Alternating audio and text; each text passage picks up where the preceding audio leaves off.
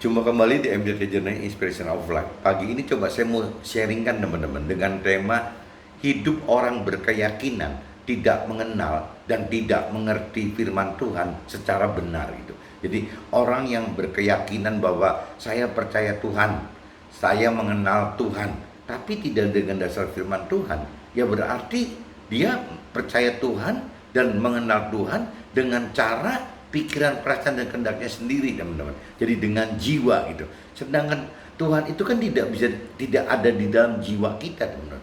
Harusnya kita pelajarin bahwa pertama, Tuhan itu sudah ada di area roh, bukan di jiwa kita gitu. Apalagi kalau di tubuh kita makin tidak ada lagi, teman-teman. Nah, ini kalau kita sampai tidak mengerti akan firman Tuhan, jadi sulit, teman-teman. Bagaimana caranya kita tahu bahwa kita ini tidak hanya ada di area jiwa dan tubuh saja, tapi sebenarnya kita ini adalah manusia roh yang harusnya asalnya dari area roh gitu. Area roh ini yang akan berdampak kepada jiwa dan tubuh kita. Tapi kalau kita tidak mengerti akan firman Tuhan, akhirnya kita tidak tahu bahwa kita ini manusia roh, bahwa ada unsur roh di dalam manusia itu, kita tidak mengerti itu gitu.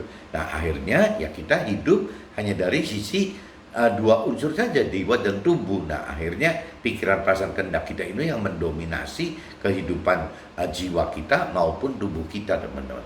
Nah, ini kembali lagi banyak sekali teman-teman orang yang punya keyakinan ini seperti ini gitu. Nah, ini saya coba kutip dari kitab Lukas, teman-teman. Kitab Lukas pasal 10 ayat 38 sampai 42. Ini cerita urusan Maria dan Marta, teman-teman. Ini satu contoh yang Marta lebih mencerminkan orang yang apa? Dengan mandiri gitu ya, hidup dengan mengandalkan diri sendiri. Ya mungkin seperti orang-orang yang berkeyakinan itu gitu. Ya dia tebak-tebak sendiri gitu. Sedangkan adiknya Maria, orang yang mau belajar gitu, bagaimana orang yang mau belajar mengerti akan firman Tuhan itu. Nah, ini saya bacakan dulu di di kitab Lukas, teman-teman, pasal 10 ayatnya 38 sampai 42, teman-teman. Judul perikopnya Maria dan Marta, teman. Maria dan Marta gitu.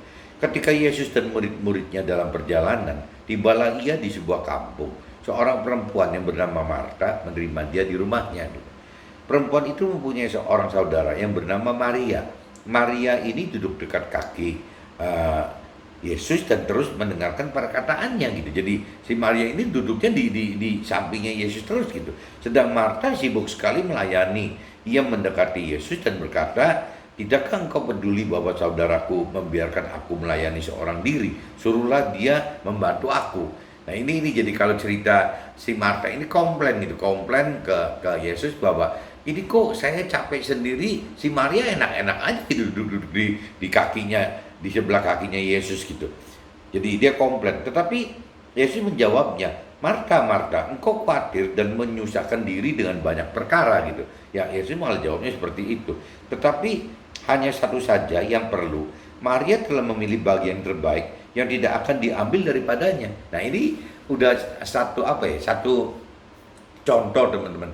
Kakak adik ini, Marta dan Maria ini, si Marta ini lebih fokus ke urusan jiwa dan tubuhnya, tapi kalau bicara si Maria lebih fokus ke arah rohnya gitu. Jadi beda sekali, teman-teman.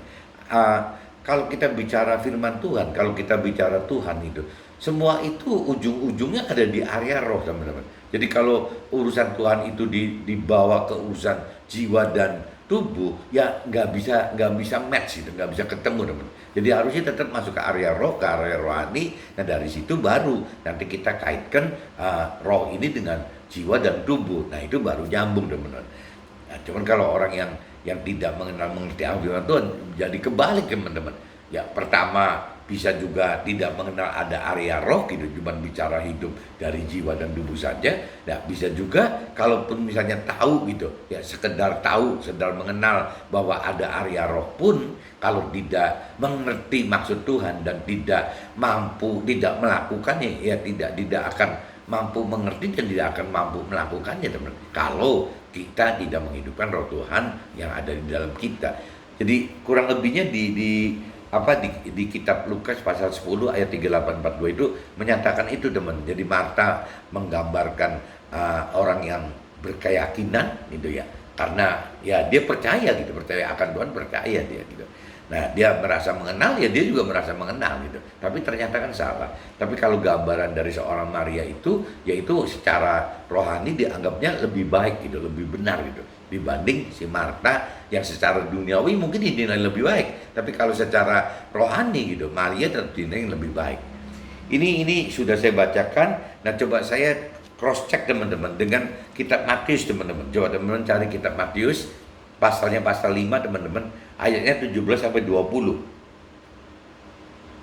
Nah, di sini di judul perikop di Alkitabnya Yesus dan hukum Taurat gitu. Tapi kalau buat saya secara universal, Yesus itu kita sebut firman Tuhan. Firman Tuhan berarti dan hukum Taurat gitu. Hukum Taurat hukumnya orang-orang Yahudi teman-teman ya, orang-orang Yahudi yang di Yahudi gitu. Janganlah kamu menyangka bahwa aku datang untuk meniadakan hukum Taurat atau kitab para nabi gitu. Aku datang bukan untuk meniadakannya, melainkan untuk menggenapinya. Kalau cerita hukum Taurat itu, kalau di Nasrani teman-teman ya, kelompoknya masuk ke kelompok perjanjian lama teman-teman. Kitab perjanjian lama gitu. Tapi kalau kita bicara yang kitab perjanjian baru, itu sudah lebih bicara ya firman Tuhan yang apa, Tuhan Allah utus Yesus gitu. Itu udah beda teman-teman. Jadi mungkin kitab Taurat itu sudah lebih mirip-mirip dengan kitab perjanjian yang di perjanjian lama itu teman-teman. Jadi di sini firman katakan, janganlah kamu menyangka bahwa aku datang untuk meniadakan hukum Taurat atau kitab para nabi. Aku datang bukan untuk meniadakannya, melainkan untuk menggenapinya. Jadi Yesus datang itu bukan untuk meniadakan itu, tapi untuk apa? Datang untuk menggenapinya gitu. Aku datang untuk meniadakan hukum Taurat, bukan menghapuskan kan gitu. Meniadakan hukum Taurat, tapi malah menggenapinya gitu. Karena Yesus berkata kepada kita, sesungguhnya selama belum langit dan bumi ini, satu iota atau satu titik pun tidak akan ditiadakan dari hukum Taurat sebelum semuanya terjadi. Karena itu siapa meniadakan salah satu perintah hukum Taurat, sekalipun yang paling kecil, dan mengajarkannya demikian kepada orang lain, ia akan menduduki tempat yang paling rendah di dalam kerajaan sorga. Tetapi siapa yang melakukan dan mengajarkan segala perintah hukum Taurat, ia akan menduduki tempat yang tinggi di dalam kerajaan sorga gitu. Maka aku berkata kepadamu, jika hidup keagamaanmu tidak lebih benar daripada hidup keagamaan ahli-ahli Taurat dan orang-orang Farisi, sesungguhnya kamu tidak akan masuk ke dalam kerajaan sorga gitu. Nah, ini kalau kita simak lagi teman-teman, kalau tadi cerita Marta Maria gitu, apakah Marta Maria itu mengenal firman Tuhan gitu? Yang jelas Maria sedang belajar mendengarkan khotbah Yesus gitu. Ya, sharing Yesus itu tentang rohani gitu. Nah, teman, pertanyaannya apakah mengenal firman Tuhan gitu? Nah, itu satu. Kedua, kalau cerita ahli Taurat dan kaum Farisi di firman yang ini teman, di kitab Matius ini gitu, dinyatakan bahwa yang namanya ahli Taurat dan kaum Farisi itu mengenal teman, sangat mengenal gitu. Sangat mengenal kitab suci gitu, sangat mengenal firman Tuhan yang dalam bentuknya ya Taurat tadi gitu loh. Jadi mereka sangat mengenal teman. Cuman bedanya gitu. Di sini dikatakan di ayatnya ke-20 gitu. Maka aku berkata kepadamu, jika hidup keagamaanmu tidak lebih benar daripada hidup keagamaan ahli Taurat dan orang Farisi, sesungguhnya kamu tidak akan masuk ke dalam kerajaan surga. Nah, kalau kita sudah baca ayat yang ini teman-teman, yang jelas yang namanya ahli Taurat dan kaum Farisi itu menguasai firman Tuhan di kitab Tauratnya gitu. Nah, pertanyaannya, apakah kita menguasai teman-teman? Apakah kita menguasai firman Tuhan yang ada di Alkitab kita sekarang, di kitab suci sekarang? Mungkin kalau secara universal sama teman-teman. Apakah teman-teman saya yang bukan Nasrani menguasai firman Tuhan yang ada di Al-Quran bagi orang Muslim, yang mungkin ada di kitab sucinya si orang Buddha, orang Hindu gitu. Ini menguasai enggak gitu? Nah, ini kalau kita enggak nguasain, ya kita ini konyol gitu loh ya. Yang namanya ahli Taurat dan orang Farisi, kaum Farisi aja ya versi firman Tuhan dianggap kurang benar gitu. Apalagi orang tidak mengerti akan firman Tuhan. Ya lebih payah lagi gitu. Nah, ini saya khawatir teman-teman, orang yang punya, kalau dasarnya Yang saya bahas pagi ini adalah orang yang berkeyakinan, di mana orang berkeyakinan itu adalah orang yang hanya percaya Tuhan dan hanya mengenal Tuhan dari pikiran, perasaan, kehendak sendiri, karena dia tidak punya dasar firman gitu. Ya, dia cuman percaya diri saja gitu, bahwa dia percaya Tuhan dan percaya diri saja bahwa dia mengenal Tuhan gitu. Tapi tidak dengan dasar pengenalan dari pengenalan pengertian akan firman Tuhan. Nah, ini orang punya keyakinan seperti ini, Ben. Saya percaya pasti tidak mengenal mengerti akan firman Tuhan gitu. Jadi dia pasti ya tidak punya dasar firman Tuhan gitu. Nah, kalau tidak punya dasar firman Tuhan, berarti kan lebih konyol daripada ahli Taurat dan kaum Farisi, teman. Ya, kaum Farisi dan ahli Taurat ada menguasai firman gitu. Ya, meskipun Tuhan tetap kurang senang karena dalam realitanya tidak melibatkan, tidak menghidupkan roh Tuhan gitu. Roh Tuhan di dalam si orang-orang ahli Taurat dan kaum Farisi itu. Jadi akhirnya Tuhan itu gitu, rohani itu oleh ahli Taurat dan kaum Farisi dibikin sangat kaku, teman-teman. Sangat kaku. Jadi lebih larinya cuma dari sisi, yaitu mungkin apakah cuman ritual ibadah, mungkin begitu loh, yang acara-acara ibadah, atau mungkin juga kalau sampai ketemu Tuhan itu harus melalui imam, nggak bisa langsung gitu. Jadi kalau mau berhadapan dengan Tuhan, mau berdoa sama Tuhan, ya harus melewati imam dulu gitu. Ya, imam yang nyampaikan kepada Tuhan. Nah, sedangkan kalau dari versi Tuhan, firman Tuhan, inginkan kan hubungannya kan hubungan langsung, teman-teman, kita dengan Tuhan gitu. Nah, ini bedanya di situ, teman-teman. Jadi ahli Taurat dan kaum Farisi ini dianggap salah oleh firman Tuhan ya karena cuman kurang itu saja gitu. Ya, dia tidak menghidupkan roh Tuhan di dalam rohnya mereka gitu. Ya, sehingga tidak ada satu relasi yang intim antara si manusia dengan Tuhan gitu.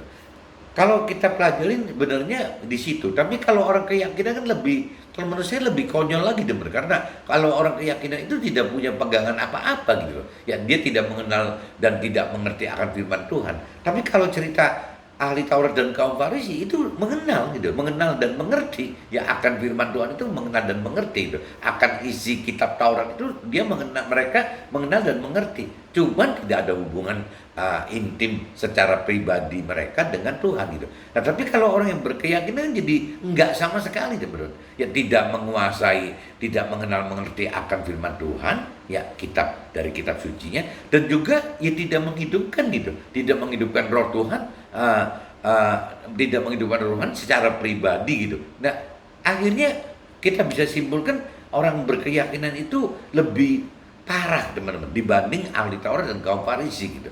Dan mungkin kalau yang namanya apa ya, orang berkeyakinan itu karena dari mulutnya mengaku bahwa dia percaya Tuhan, dari mulutnya dia mengaku bahwa dia mengenal Tuhan gitu. Itu jangan-jangan sanksi dosanya itu lebih besar daripada orang yang belum atau tidak mengenal Tuhan gitu. Orang yang tidak belum atau tidak mengenal Tuhan, tidak atau belum mengenal Tuhan, itu kan kalau bicara pengadilan gitu, kalau bicara penghakiman Tuhan, ya logikanya Tuhan kan maha adil, teman-teman. Berarti Tuhan itu akan mengadakan penghakiman dengan membebani hukuman-hukuman yang dengan versi orang yang tidak mengenal atau belum mengenal Tuhan gitu. Ya pasti kan seperti itu gitu. Ya kan nggak mungkin masa orang belum mengenal atau tidak mengenal dihukumnya sama dengan orang yang sudah mengenal akan Tuhan dan mengenal akan firman Tuhan. Rasanya beda gitu. Tapi kalau orang yang punya keyakinan, ini bagaimana gitu? Ya, dia pribadi dengan percaya dirinya katakan bahwa dia percaya Tuhan dan dia mengenal Tuhan itu. Padahal dia tidak mengenal firman Tuhan, dia tidak mengerti firman Tuhan, dan dia tidak melakukan firman Tuhan. Ya logikanya kalau menurut saya sanksi dosanya lebih besar, teman-teman. Sanksi hukumnya itu akan lebih besar itu waktu saat penghakiman itu. Nah, ini mudah-mudahan teman-teman atau mungkin keluarga saya yang memang yang menangkap maksud saya gitu. Ya jangan sampai kita di posisi yang hanya berkeyakinan saja gitu. Ya bahaya sekali, teman.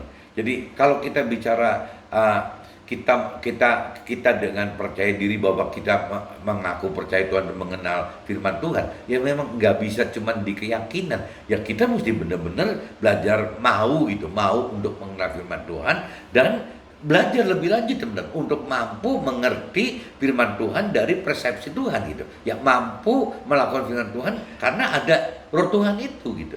Jadi kalau sudah ke levelnya apa, kalau mau oke lah, masih levelnya kan dari jiwa kita gitu. Kita mau atau tidak gitu, itu ada. Tapi kalau udah bicara mengerti dan melakukan teman-teman, rasanya kita harus menghidupkan roh Tuhan di dalam kita supaya kita mampu mengerti firman Tuhan dari persepsi Tuhan, dan kita juga mampu melakukan firman Tuhan karena memang ada roh Tuhan itu di dalam kita. Tanpa itu rasanya nggak mungkin kita mampu melakukan itu teman-teman.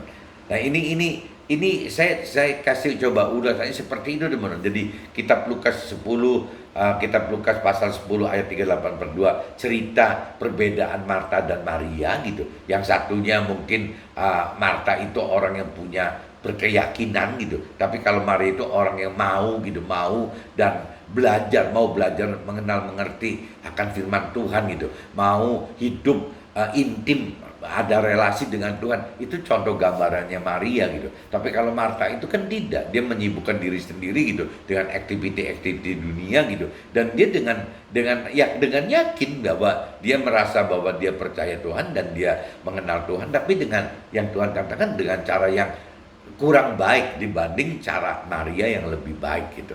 Itu di kitab Lukas pasal 10 ayat 38-42 cerita seperti itu. Dan kalau kita bicara di kitab Matius pasal 5 17-20 teman-teman, kitab Matius pasal 5 ayat 17-20, ini ceritanya bicara yang tadi. Ya, saya khawatir sekali orang punya keyakinan itu lebih resiko gitu berdosa dibanding ahli Taurat kaum Farisi. Padahal kalau kita yang sudah banyak mendengar cerita ahli Taurat dan kaum Farisi aja, kadang-kadang kita bisa nyalakan mereka gitu. Nah, tapi kalau kita kupas lebih dalam apa salahnya ahli Taurat dan kaum Farisi, ya cuma masalah hubungan aja. Ya, mereka tidak menghidupkan roh Tuhan di dalam mereka, sehingga tidak ada relasi yang intim dengan Tuhan gitu. Jadi mereka semua diwakilkan semua. Ya, kaum Farisi mewakilkan itu kepada ahli Tauratnya gitu. Nah, ini yang Tuhan anggap kurang afdol gitu, kurang ideal karena tidak bisa berkomunikasi langsung teman-teman. Semua harus diperantarin semua gitu. Sedangkan kalau udah bagi Nasrani yang masuk ke dalam kitab Perjanjian Baru, ya Yesus itu justru pengennya ya dengan adanya roh Tuhan, Roh Kudus di dalam Yesus itu, di mana Roh Kudus, Roh Tuhan itu sekarang juga diberikan kepada kita semua, bahkan secara universal. Tuhan katakan semua orang, bukan cuma orang Nasrani aja, semua orang juga ada roh Tuhannya. Dan kalau beberapa kali saya sharing dengan teman yang di Muslim juga katakan bahwa roh Tuhan itu kalau di Muslim namanya nur gitu. Berarti kan ada teman-teman, bahwa ada roh Tuhan yang memang di setiap manusia itu. Tinggal problemnya manusia itu mengerti tidak bahwa ada roh Tuhan, dan manusia itu mau menghidupkan roh Tuhan tidak teman-teman. Cuman itu saja gitu. Nah ini kalau di cerita kitab Matius 5 17-20 saya cuma cerita gitu aja bahwa ada ahli Taurat dan kaum Farisi gitu, dibanding dengan orang yang punya keyakinan. Ya, saya khawatir sekali orang yang punya keyakinan itu malah jauh lebih berdosa gitu dibanding si ahli Taurat dan kaum Farisi. Kenapa? Karena orang yang berkeyakinan itu tidak tahu ya bahwa dia itu tidak dengan sadar gitu bahwa dia itu tidak melakukan firman. Ya bagaimana dia bisa melakukan firman? Ya dia tidak mengenal, tidak mengerti akan firman gitu. Bagaimana dia bisa melakukan sesuai yang firman Tuhan perintah dan peraturan? Dia tidak mengenal firman kok, tidak mengenal firman, tidak mengerti firman, dan tidak mengerti bahwa ada roh Tuhan di dalam mereka untuk bisa dihidupkan. Tapi orang keyakinan itu ya umumnya ya yang nggak tahu, biasanya mungkin kalau yang saya tahu dari orang-orang yang tadinya pegang orang tuanya, nenek kakeknya gitu, orang tuanya pegang tradisi gitu atau adat istiadat, nah berpindah ke yaitu pegang Tuhan gitu. Nah ini nanti yang saya mau sharingkan di dalam sharing saya gitu teman-teman. Jadi mudah-mudahan dua kitab ini sudah cukup untuk bisa masuk ke dalam sharing saya gitu. Betapa sulitnya untuk sharingkan kepada orang belum atau tidak percaya atau kenal Tuhan, atau yang berkeyakinan percaya dan kenal Tuhan tapi hanya dari pikiran dan perasaan serta kehendak sendiri saja gitu, tanpa dasar pengenalan dan pengertian akan pribadi Tuhan dan firman Tuhan. Nah, ini yang tadi saya katakan, susah sekali teman sharing dengan teman-teman gitu yang memang tidak punya dasar sama sekali teman. Ya, orang yang tidak tidak percaya atau tidak mengenal, bukan tidak percaya, orang yang tidak atau belum mengenal Tuhan, atau orang yang punya keyakinan gitu, yang hanya mengerti Tuhan dari pikiran perasaan kehendak sendiri aja. Ini kalau kita sharing itu nggak nyambung teman, susah, muter-muter nggak keruan gitu. Nah, ya ini yang kita mesti berjuang lebih maksimal gitu, bagaimana caranya men-sharingkan supaya mereka jadi kenal dan mengerti gitu. Nah, pada umumnya orang berkeyakinan itu berasal dari keturunan leluhur yang hidup dengan pola adat istiadat atau tradisi, dan generasi mudanya hijrah iman gitu, berpindah keyakinan gitu, yang andalkan hidup dengan pola tata cara agama yang ada jadi yang lebih mudah gitu teman. Jadi hijrah itu karena mungkin adat istiadat ini dianggap lebih ribet gitu. Jadi ya adat istiadat atau tradisi, dan generasi mudanya hijrah ke iman yang andalkan hidup dengan pola tata cara agama yang ada acara-acara ibadahnya, dan ada tokoh-tokoh imamnya, serta ada panduan kitab sucinya gitu. Jadi kalau cerita di adat istiadat atau tradisi yang saya tahu, karena saya juga dari situ gitu, dan masih keluarga saya juga banyak yang masih di situ, itu tidak ada teman-teman. Yang ada itu cuma itu acara-acara ibadah gitu, udah paling begitu gitu. Ya ada tokoh imam udah jelas gitu. Nah, tapi kalau bicara panduan kitab suci gitu, yang saya pernah alami hampir tidak ada teman-teman. Jadi benar-benar cuman berpegang dua itu saja gitu ya. Adat istiadat dan liturgi itu cuma berpegang bagaimana ngikutin acara-acara ibadah dan mengandalkan tokoh imamnya gitu. Cuman itu. Ya karena saya dari kecil sampai umur 40 itu nggak pernah tuh mengerti bahwa ada kitab sucinya gitu. Nggak pernah diajarin seperti itu gitu. Ya itu pengalaman saya pribadi. Mudah-mudahan teman yang masih pegang adat istiadat tradisi jangan sekonyol saya gitu. Ya mungkin harus punya pegangan kitab suci gitu.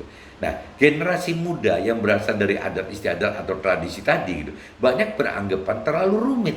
Jadi kalau dengan cerita zaman sekarang gitu, ya melakukan adat istiadat, tata cara adat istiadat dan tradisi itu nggak gampang, ribet sekali gitu tuh. Banyak beranggapan terlalu rumit tata cara ibadah, dan dinilai kurang tepat teman-teman, dipraktekkan pada dunia modern saat ini gitu. Jadi kayak jadul ya, kayak cerita cara-cara itu kayak masih zaman dulu banget gitu loh.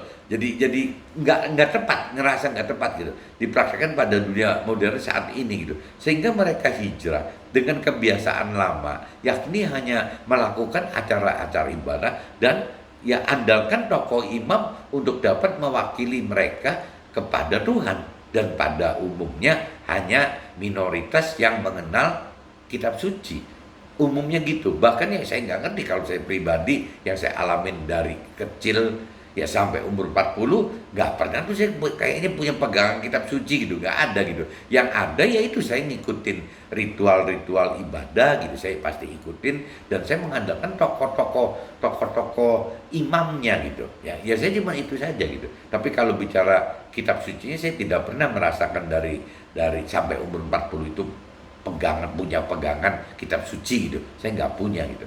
Nah ini yang tadi dikatakan, jadi banyak sekali orang yang adat istiadat tradisi itu berpindah teman-teman, dari iman yang adat istiadat dan tradisi itu pindah ke yang cerita yang dianggap lebih modern, dianggap lebih praktis gitu, cara ibadahnya gitu. Nah, akhirnya ya begitu terjadi hijrah gitu akhirnya. Orang yang berkeyakinan akan lebih konyol dari ahli Taurat atau kaum Farisi.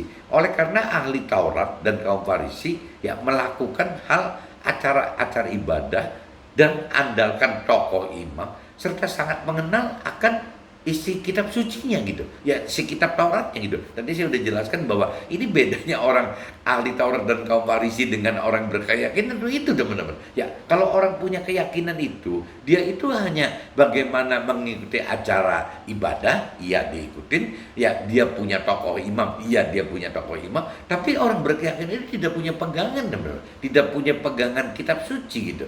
Tapi kalau ahli Taurat dan kaum Farisi, dia punya pegangan gitu. Ya, dia punya pegangan. Jadi orang keyakinan itu saya bilang kelasnya di bawahnya, lebih resikonya itu lebih besar daripada ahli Taurat dan kaum Farisi. Padahal ahli Taurat dan kaum Farisi aja dianggap oleh firman Tuhan kurang afdol gitu loh. Karena kembali lagi tidak ada hubungan pribadi antara ahli Taurat dan kaum Farisi dengan si roh Tuhannya, dengan Tuhannya gitu. Jadi semua dibikin acara harus dengan tata krama gitu, untuk menghadap Tuhan pun mesti lewat imam-imamnya lagi. Ini repot sekali teman-teman. Nah, orang punya keyakinan bagaimana gitu? Ya, bedanya dengan ahli Taurat sama kaum Farisi itu, orang yang punya keyakinan itu tidak menguasai akan kitab suci, tidak punya pegang kitab suci. Kalaupun di agamanya mereka ada kitab sucinya, jangan-jangan dibaca juga tidak teman-teman. Ya, sedangkan kalau pengalaman dari kitab suci gitu, itu kan ada level pengenalan dan pengertian teman-teman. Jadi banyak orang yang pada rata-rata kalau yang punya keyakinan itu tidak mau gitu, tidak mau mengenal firman Tuhan lebih dalam teman-teman. Tapi mungkin tidak dipungkirin ada gitu minoritas yang mau mengenal firman Tuhan. Itu cerita mau, tapi belum tentu mengerti loh teman-teman. Ya, jadi kalau mau mengenal itu dari pikiran perasaan kehendak sendiri, ya istilahnya mau. Tapi kalau mengerti itu tidak bisa. Mengerti itu harus ada balik lagi hubungan intim dengan Tuhan gitu. Untuk roh Tuhan hidup memberi pengertian akan firman Tuhan itu dengan cara benar. Itu bedanya di situ teman-teman. Nah kalau sampai kita tidak punya hubungan yang intim dengan roh Tuhan, kita mau mengenal firman Tuhan masih bisa, tapi begitu mau mengerti firman Tuhan, ini udah nggak mampu teman. Apalagi melakukan firman Tuhan gitu, ya pasti makin nggak bisa lagi gitu. Jadi ini yang mesti orang-orang yang punya keyakinan ini mesti buru-buru sadar gitu. Ya bagaimana caranya seperti itu. Jadi saya tadi ingetin bahwa orang punya keyakinan itu biasanya lahir karena dari generasi sebelumnya yang tradisi dan adat istiadat tadi itu, karena memang tidak diperkenalkan dari lahir bahwa ini ada kitab suci, ini harus gini-gini gitu. Mungkin kalau orang-orang yang lahir dari dari Nasrani gitu kan, misalnya lahir dari Muslim gitu, itu sudah jelas teman-teman oleh orang tuanya itu ada guidance, ada kitab suci, cara doanya ini udah diajarin semua gitu. Tapi kalau yang adat istiadat tradisi kadang-kadang nggak punya pegangan kitab suci teman-teman. Jadinya cuman ya situ gitu aja gitu. Bagaimana cuman acara ibadah gitu yang biasa dilakukan ada istiadat dan tradisi, dan bagaimana ada tokoh imam yang dominan. Jadi apa-apa lewatin tokoh imam saja gitu. Kitanya tidak seperti tidak punya peluang untuk bisa kontak langsung dengan Tuhan, karena memang tidak pernah dididik teman-teman. Jadi seperti itu teman-teman. Nah, Tuhan hanya kritisi ahli Taurat gitu. Jadi kalau kita bicara Tuhan hanya kritisi ahli Taurat dan kaum Farisi, ya tidak melakukan kehidupan rohani mereka dengan menghidupkan roh Tuhan yang telah Tuhan berikan kepada setiap manusia itu gitu. Sehingga ahli Taurat dan kaum Farisi secara pribadi tidak dapat hidup bersama Tuhan dalam kesehariannya. Ya itu dikatakan. Jadi kalau yang Tuhan katakan itu, jadi ahli Taurat kaum Farisi itu ya bicara cuma di kitab Taurat dan tokoh imannya saja gitu. Ya tidak berlanjut bagaimana hidup bersama dengan Tuhan melalui roh Tuhan itu. Ya saya tangkap seperti itu teman. Jadi ya ini kan kembali lagi kalau dari versi Yahudi, orang-orang Yahudi katakan ya seperti itu kali yang benar gitu. Tapi kalau bicara saya dari sisi Alkitab gitu, atau mungkin saya dengar dari cerita di Al-Quran, ya rasanya Tuhan menghendaki sekali kita pribadi sebagai manusia punya hubungan khusus gitu dengan Tuhan secara langsung gitu. Nah ini kalau kita bicara samawi kan ada 3 teman-teman, ada Yahudi, ada Nasrani, sama ada Muslim. Nah kalau saya lihat di sini yang namanya Nasrani dan Muslim itu sama teman-teman. Bagaimana roh Tuhan dihidupkan gitu. Yang satu Nasrani pakai nama Roh Kudus, nah yang Muslimnya pakai Nur. Tapi kalau cerita di Yahudi kayaknya enggak gitu loh. Jadi dia itu ya benar-benar mengandalkan tokoh imamnya aja. Bahkan kalau mau ketemu Tuhan mesti setahun sekali kali. Jadi lebih ribet gitu, lebih susah sekali gitu. Nah, orang yang berkeyakinan akan lebih beresiko untuk berbuat dosa secara tidak sadar gitu. Jadi orang yang berkeyakinan akan lebih beresiko untuk berbuat dosa secara tidak sadar. Ya, oleh karena pengertian dosa adalah jika kita tidak hidup sesuai apa yang firman Tuhan perintah dan peraturkan, ya pasti namanya dosa. Di mana orang berkeyakinan tidak kenal dan tidak mengerti akan firman Tuhan gitu. Lah, kalau sampai orang punya keyakinan tidak mengenal, tidak mengerti akan firman Tuhan, berarti orang punya keyakinan ini bisa beresiko untuk tidak melakukan firman Tuhan. Nah, sedangkan yang artinya dosa itu kalau kita tidak melakukan firman Tuhan, ya dari versi rohani disebutnya dosa, teman-teman. Ya makanya tadi saya katakan orang yang punya keyakinan itu, orang yang hanya punya keyakinan itu sangat beresiko untuk berbuat dosa secara tidak sadar, teman-teman. Kenapa? Karena dia tidak melakukan firman Tuhan. Mereka tidak melakukan firman Tuhan. Kenapa mereka tidak melakukan firman? Karena mereka tidak mengenal, tidak mengerti akan firman Tuhan gitu. Ya bagaimana dia bisa ngerti bahwa ini pengennya Tuhan atau bukan pengennya Tuhan? Bahwa ini perintah Tuhan, ini bukan perintah Tuhan, ini peraturan Tuhan, ini bukan peraturan. Nggak bakal ngerti gitu. Ya. Nah, ini yang saya katakan bahwa bahayanya orang punya keyakinan ini seperti ini, teman-teman. Jadi saya katakan, ingatkan lagi, orang berkeyakinan itu beragama, teman-teman, bukan tidak beragama, sangat beragama gitu. Nah, cuman ya itu lahir karena dari kebiasaan, tradisi, adat istiadat dan tradisi lamanya gitu. Baik dari orang tua atau dari nenek-neneknya gitu, kakek neneknya. Nah, akhirnya jadi diaduk-aduk antara tradisi dengan adat istiadat ketemu dengan agama gitu, agama yang dianut gitu. Nah, ini kalau cerita agama ini dan dikatakan lagi yang namanya Yahudi, yang namanya ahli Taurat, kaum Farisi aja ya disebutnya agama gitu loh. Nah, tapi kalau kita udah bicara di versinya Nasrani dan Muslim, ini udah beda, teman-teman. Bagaimana caranya ya Nasrani dan Muslim itu menghidupkan roh Tuhan di dalam kita, dalam keseharian hidup kita gitu. Nah, itu yang terbaik dan terbenar harus seperti itu, teman-teman. Jadi kembali lagi, mudah-mudahan orang yang punya keyakinan, atau ya orang punya keyakinan bukan tidak beragama, orang punya keyakinan beragama gitu. Nah, ini cuma masing-masing koreksi diri gitu. Kalau memang teman-teman ada yang sudah beragama tapi tetap kategorinya masuk orang punya keyakinan gitu, ya saya pikir secepatnya sadar gitu untuk berubah, ya buruan gitu. Bagaimana percaya Tuhan dengan benar gitu, bagaimana mengenal, mengerti akan firman Tuhan dengan benar.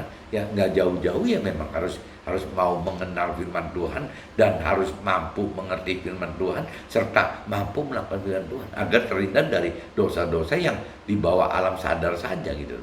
Oke, benar, mudah-mudahan bisa ditangkap gitu. Jadi judul hari ini, hidup orang berkeyakinan ya tidak mengenal dan tidak mengerti firman Tuhan secara benar. Itu yang mesti teman-teman koreksi diri, apakah teman-teman ada di posisi itu tidak gitu. Kalau iya ya secepatnya ya sadar diri gitu. Oke teman-teman, see you, bye-bye.